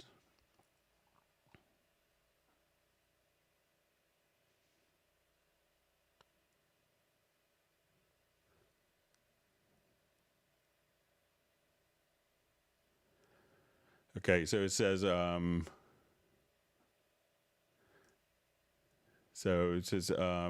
audio trim. It often happens that when editing audio tracks, for example, you want to align the end of one audio event to the next, or the other way around. You want to extend the beginning of the file to the previous event. Any shortcuts or something like from the logical editor. So sorry about that. Let me just find some parts. So let's say if we have this, and so I'm not sure if you wanted that to automatically fill between, but if you want, you could go to edit. So if it's going to be a fill loop, you could do some stuff like that. But if you wanted to snap the event to the time, so I'm not sure if you come over here and switch the grid type to events, that you could automatically move the event and have it snap. But I'm not sure if you wanted that to automatically like time stretch to that event. So if we are in time stretch mode, you could also just say, okay, I want that event to automatically snap, and it will do the time stretch and snap to the beginning of the next event. Okay, so we had a question about render in place.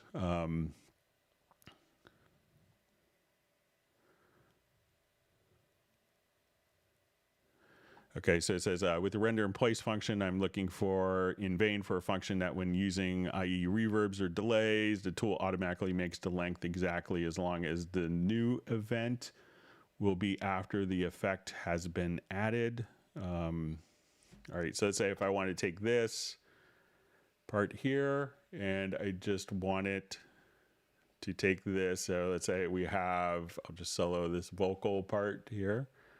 Let it be! Okay, so I wanted to add a delay on that. So I will go to the render in place, F7, and we will just come over here, and I'm just going to add the delay. So we'll just go to plugins. Let's say put our mod machine on, and now I want to extend the process range. So let's try that so we can see kind of where it was originally. So let me just delete that. Okay, so let's say, let it be.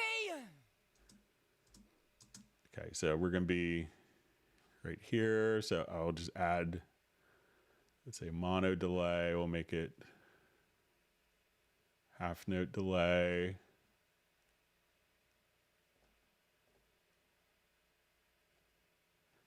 So now,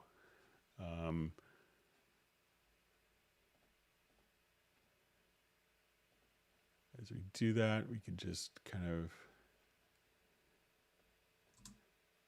Let it be. so let me just get the,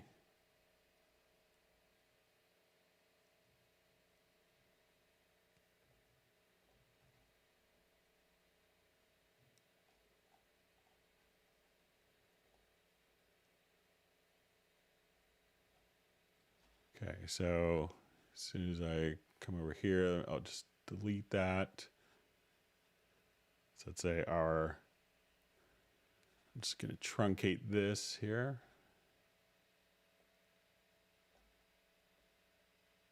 Okay, so we have this event. Let it be.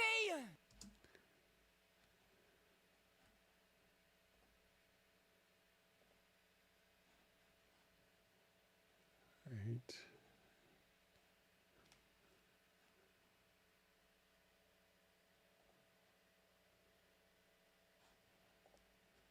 I think that, let me just try this one more time, and then let's say if I just grab the range selection tool here and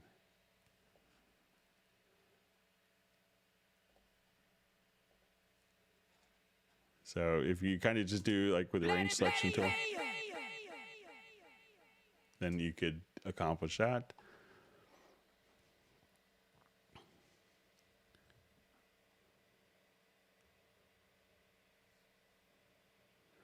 Okay, so we just see, okay,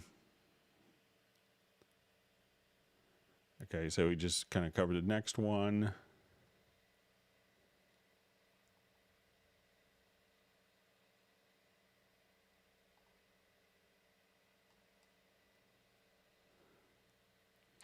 Okay, so it just says about today I want to see how I can scroll in the mixer window. I have MacBook Pro. Sometimes that doesn't work with the touchpad. I also noticed that the direction of the movement of the panner was reversed with the touchpad. If I swipe right with the touchpad, the panner moves to the left and vice versa. So on a MacBook Pro, that's just going to be, that's just it's a setup. So you could have it in natural motion or not. So it's really just an operating system preference. All right, and we have a question on automatic saving.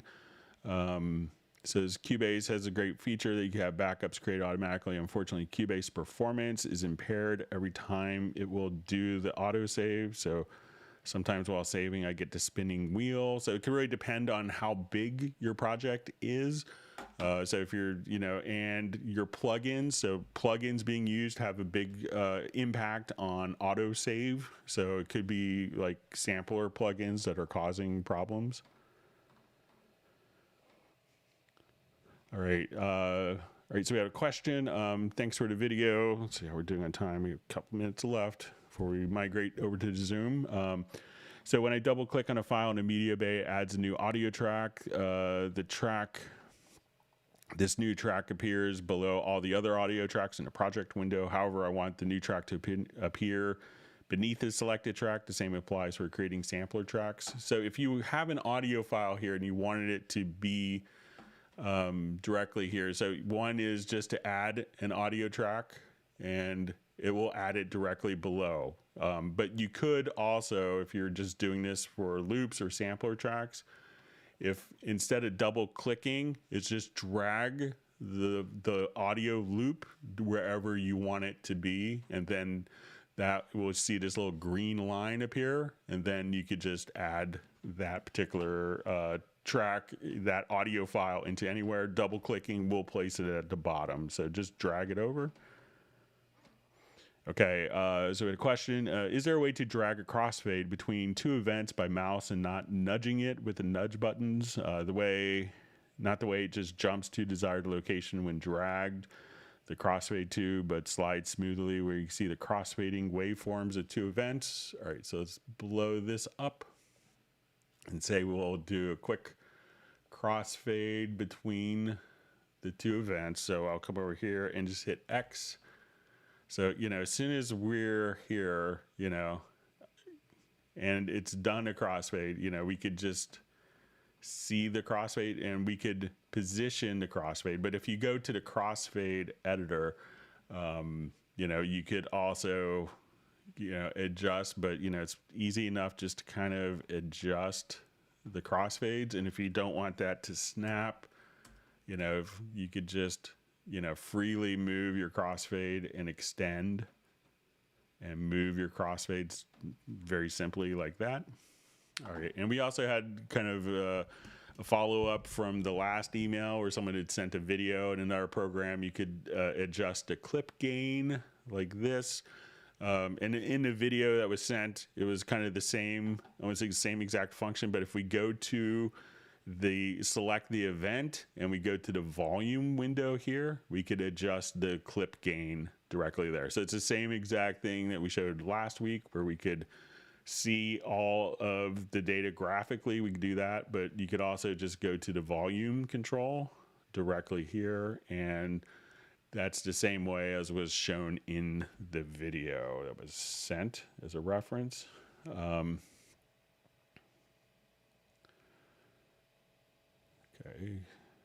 so we covered that already.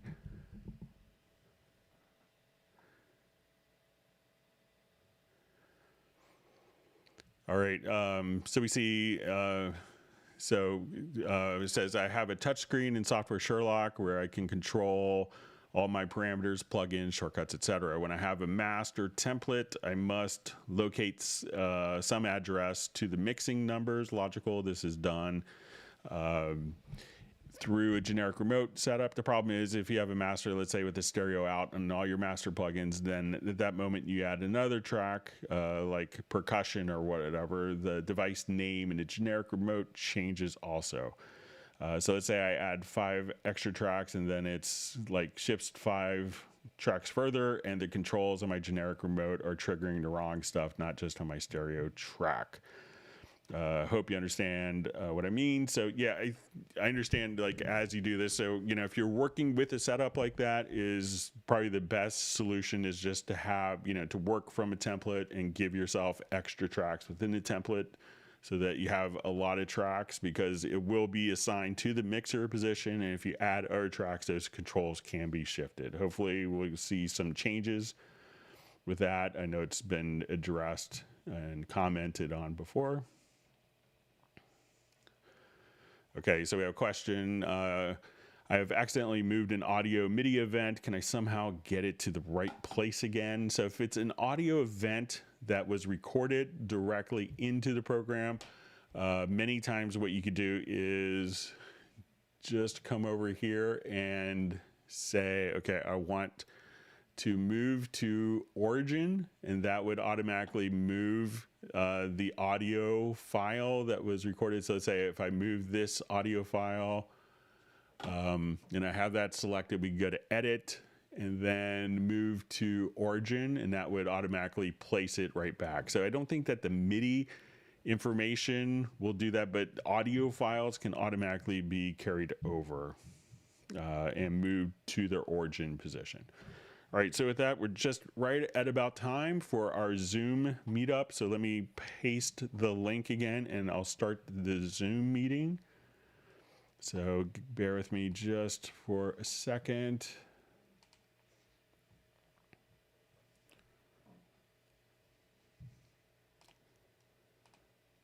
All right.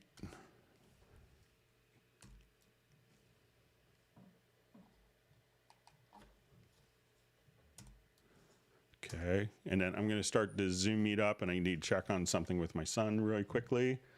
So bear with me just for a second. I'm going to start the Zoom, and I'll leave the meeting open so people can migrate over to the Zoom. And we'll start letting people get in just a minute. I'll check with my son.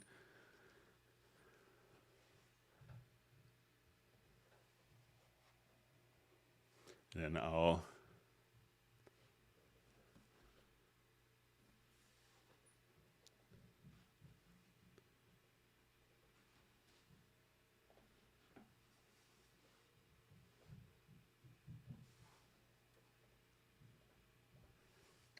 I'll be back in just a minute, and bear with me just a second.